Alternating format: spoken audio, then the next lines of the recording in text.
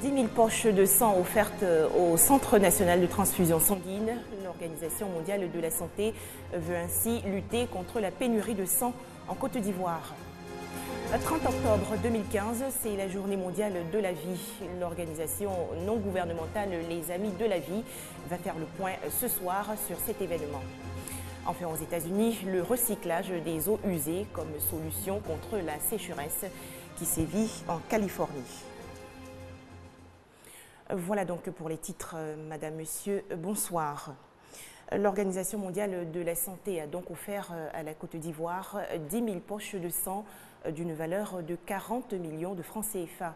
Il s'agit pour l'OMS de renforcer la capacité du Centre national de transfusion sanguine et lui permettre ainsi de soulager les malades. Rappelons que selon des chiffres publiés en 2014, le pays a besoin d'environ 200 000 poches de sang par an pour éviter une pénurie. 10 000 poches à sang remises au Centre national de transfusion sanguine par l'OMS, l'Organisation mondiale de la santé. Ce don d'une valeur de 40 millions de francs CFA, comprenant 6 000 poches doubles et 4 000 poches triples, constitue un appui technique. Il va permettre de garantir la mise à disponibilité rapide de sang et de produits sanguins. Je voudrais remercier l'Organisation mondiale de la santé qui vient de nous faire don pour faire des prélèvements. Ces poches font partie de la matière dont nous avons besoin pour que du sang soit disponible pour nos populations. L'enquête démographique de santé 2011-2012 en Côte d'Ivoire révèle que les hémorragies après accouchement représentent la première cause de mortalité maternelle. 60% de la consommation de sang va donc à la mère et à l'enfant. Autant dire que les besoins en produits sanguins sont énormes. Les besoins en sang de la Côte d'Ivoire représentent à peu près 230 000 unités par an. Nous sommes autour de 160 000 unités. Donc on a encore un gap à combler. Et ce que l'OMS vient de faire là, ça fait 10 000 poches. Donc c'est le travail d'à peu près 3 semaines. J'exhorte notre population pour dire que le sang donné aujourd'hui ne suffit pas. Et que le sang est dans la population. Le sang circule dans les veines de chacun de nous. L'appel du Centre national de transfusion sanguine a été entendu par certains donneurs. Donner le sang, pour moi, c'est, comme on le dit, c'est donner la vie. Et il y a beaucoup de personnes qui, par manque de sang, aujourd'hui meurent dans les hôpitaux. Donc c'est ma façon à moi aussi de participer, n'est-ce pas, à les soulager. La remise des 10 000 poches à sang a été suivie par une visite des installations du Centre national de transfusion sanguine. Ce don de l'OMS fait partie du soutien des Nations Unies à la politique de santé en Côte d'Ivoire depuis 2013. C'était un reportage de Serge Coléa et Guillaume Zéré. Je vous le disais dans les titres, c'est aujourd'hui la journée mondiale de la vie. Et nous recevons sur ce plateau un invité. Il s'agit de Lionel Da Silva, secrétaire général adjoint chargé de la communication de l'organisation non gouvernementale Les Amis de la vie. Bonsoir et bienvenue. Bonsoir, merci. Bonne fête de la vie. Merci. Bonne fête de la vie à toute la Côte d'Ivoire. Merci. Alors, votre ONG a initié la Journée mondiale de la vie, dont la 8e édition se déroule aujourd'hui, 30 octobre. Pourquoi avoir choisi de célébrer la vie? Est-ce que la vie humaine est si menacée que cela? Tout à fait. En fait, c'est la question qui pose même un problème. Ça devait être une évidence que de célébrer la vie. Pourquoi on ne célébrerait pas la vie? La vie mérite d'être célébrée. Je veux dire que si on pose la question à tous ceux qui nous écoutent, ils diront mais c'est important de célébrer la vie. Mais c'est dans le constat que nous remarquons que cela ne se fait pas, cela ne s'est jamais fait avant 2008 et l'initiative des Amis de la vie. Alors selon vous, qu'est-ce qui peut menacer la vie humaine et quelle est la situation ici en Côte d'Ivoire? Lorsque nous observons, il ne faut pas chercher loin, lorsqu'on allume la télévision, on a des rapports chaque jour, on a eu 20 morts en Syrie, on a eu 30 morts ici, on a eu 40 morts là. Ça nous donne un peu l'état du fait que la vie est banalisée un peu partout. Et ce n'est pas seulement dans un contexte généralisé, mais de façon personnelle, on peut se rendre compte que nous posons des actes quelquefois qui mettent en danger cette vie-là. Et nous, ONG Les Amis de la vie, en tant que défenseurs des droits de la vie, défenseurs des intérêts de la vie, nous est important de pouvoir sensibiliser, de pouvoir indexer l'humanité entière sur le fait que la vie est précieuse et qu'il faut en prendre soin. Alors, la journée mondiale de la vie, l'avez-vous étendue à d'autres pays? J'imagine que cela a dû être un long processus. Comment vous vous y êtes pris? Et ça a été une grande interrogation. Hein. Je vais dire, la journée de la vie est appelée en Europe la leçon africaine, je vais dire à l'Occident. Tel est le nom que les organismes, je vais dire de la société civile en Europe, qualifient de cette journée-là. Parce qu'on ne se serait pas attendu que quelque chose de bon sorte de l'Afrique. Hein. Je veux dire que l'Afrique a une mauvaise image à l'extérieur. Et véritablement, je pense que c'est de justice de ce continent qui a beaucoup souffert, de ce continent qui est martyrisé, de ce continent qui est quelquefois incompris, qui est à la traîne. Et cette journée-là vient justement redonner un sens à cette vie qu'on n'a pas appris à respecter. Je veux dire, depuis le bas âge, on est plus enclin à banaliser la vie plutôt qu'à la respecter. J'imagine que vous n'avez pas encore entendu « oui, mais on a célébré la vie ici, on a célébré la vie là », mais je veux dire que c'est en train de faire son petit bonhomme de chemin. Et beaucoup de pays se sont intéressés à cela. Par exemple, nous avons le Bénin, qui a été le premier pays en Afrique à réagir, à inviter les Amis de la vie sur leur sol pour organiser la fête de la vie là-bas. Nous avons aussi la France, les États-Unis, nous avons aussi en Extrême-Orient la Chine. Donc, dans tous ces pays, nous avons des organismes qui célèbrent la vie et qui organisent la fête de la vie dans ces localités. Donc, chaque 30 octobre, vous préconisez à 13h précises une minute d'acclamation en l'honneur de la vie. Ce mouvement, est-ce qu'il est suivi partout dans le monde, notamment dans les pays que vous avez cités? Si, je veux déjà constater que nous avons des retours. Il a été véritablement suivi en Côte d'Ivoire, que ce soit dans les foyers, dans les bureaux et même dans les marchés. On a observé la minute d'acclamation. Il faut dire que certains mots d'ordre planétaires, coordonnés à l'heure de 13h00 GMT, donc en fonction du fuseau horaire, chaque pays, en fonction de sa capitale, en fonction de sa ville, organise lui-même la minute d'acclamation en l'honneur de la vie. Alors, c'est important de pouvoir célébrer la vie, parce que lorsqu'on célèbre la vie, malgré les difficultés, on est directement en phase de s'inscrire dans le développement et puis dans des perspectives d'avenir. C'est très important pour nous les Africains et pour, je vais dire, un individu dans le monde entier. Mais pourquoi forcément 13 heures précises? Pourquoi le nombre 13?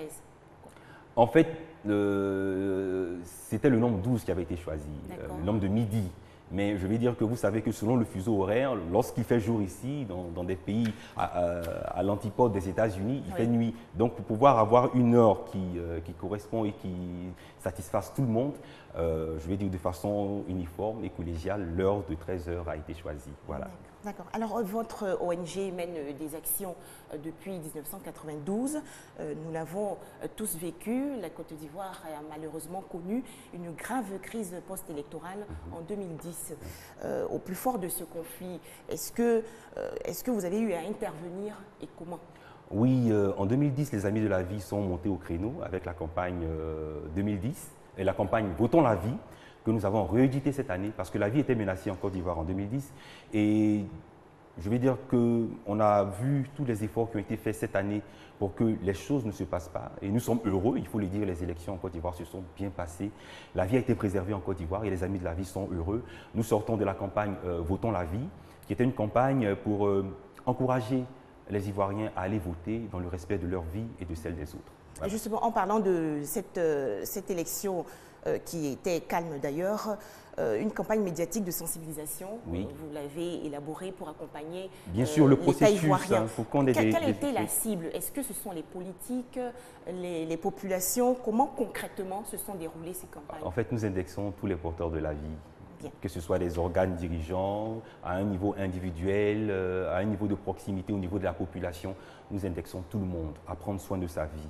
Nous indexons tout le monde à réaliser que la vie est précieuse, la vie de ton voisin est précieuse, la vie de la personne dont tu contextes peut-être le poste, elle est aussi précieuse. Donc en aucun cas, devant le challenge, tu dois t'inscrire dans la position de pouvoir la banaliser, de pouvoir arrêter ou bien de pouvoir abréger la vie de quelqu'un. C'est très, très important pour nous les amis de la vie. Dans votre dossier de presse, vous mentionnez également des programmes facilitant l'accès aux services sanitaires. Est-ce que ceux qui n'ont pas les moyens de se soigner peuvent avoir recours à vous pour une prise en charge? La santé, c'est la vie. Hein, et dans ce contexte, pour pouvoir pallier le fait que des personnes prennent pour prétexte la précarité des conditions de vie ou bien la faiblesse des revenus pour ne pas véritablement s'enquérir de leur santé, pour bouder, je vais dire, les établissements sanitaires publics. Voilà. Alors nous, en tant qu'amis de la vie, nous encourageons toutes les personnes et nous avons remarqué que s'il y avait un problème pour aller vers l'hôpital, l'hôpital pouvait aller vers des personnes. Nous avons décidé comme ça de faire ce qu'on appelle les journées santé. 2 jours de consultation, soins gratuits dans presque toutes les disciplines de médecine qui existent. Donc vous venez dans le village de la journée santé, on vous consulte, on vous soigne et on vous donne des médicaments.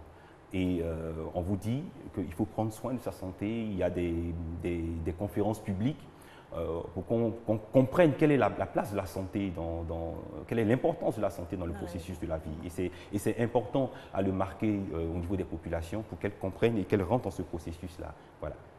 Vous allez organiser une activité le 14 novembre prochain.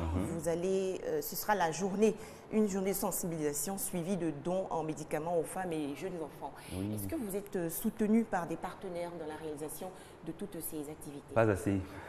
Pas assez. Nous en avons. Nous avons des partenaires, surtout dans le cadre sanitaire, le district d'Abidjan. Mais je vais dire, nous appelons tous ceux qui veulent bien nous soutenir parce que la plupart de nos campagnes sont des campagnes populaires. Et je veux parler par exemple des journées santé de Trècheville. Nous avons touché, guéri, soigné près de 2500 personnes.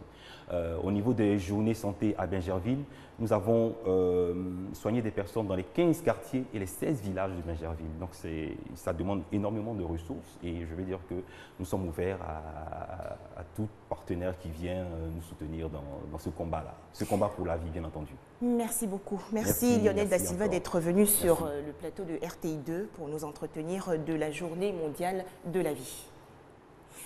Un tout autre sujet à présent, l'orpaillage menace sérieusement les parcs nationaux ivoiriens.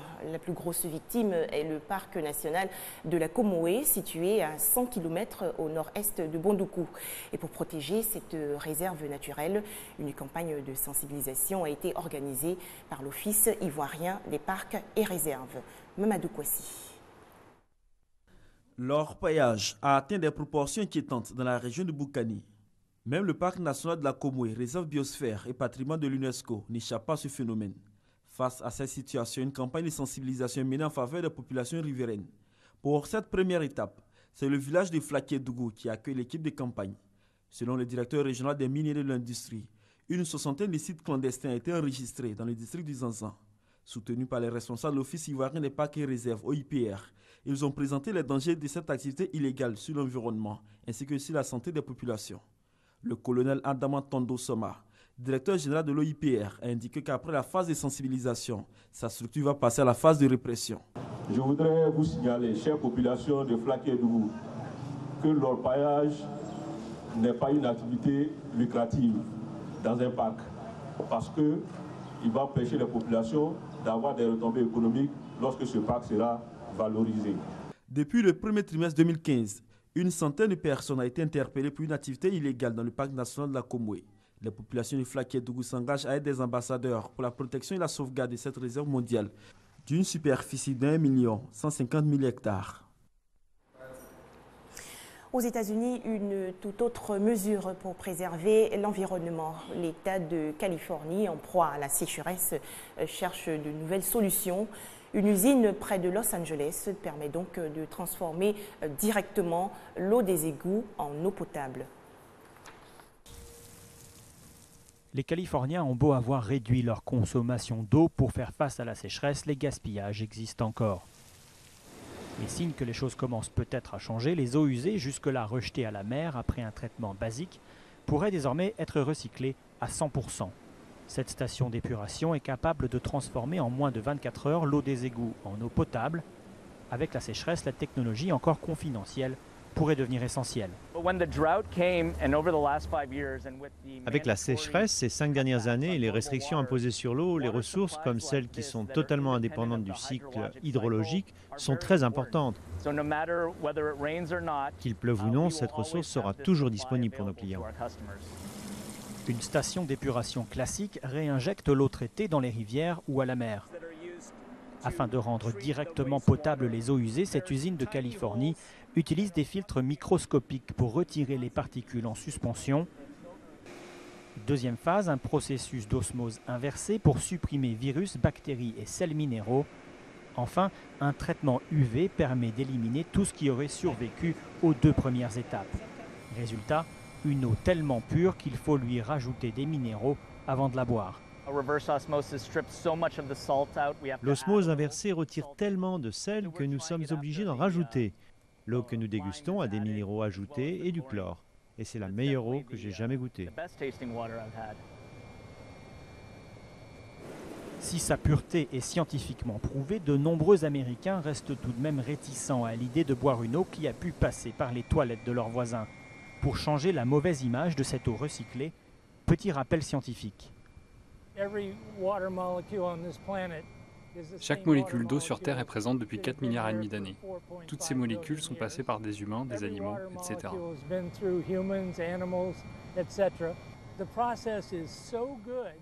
Le processus ici est tellement bon que l'eau produite est aussi bonne, voire meilleure que l'eau en bouteille. Meilleure que l'eau en bouteille et plusieurs milliers de fois moins chère, l'eau recyclée pourrait, avec la désalinisation, aider une Californie de plus en plus assoiffée. Voilà, merci de nous avoir suivis et surtout restez avec nous sur RTI2.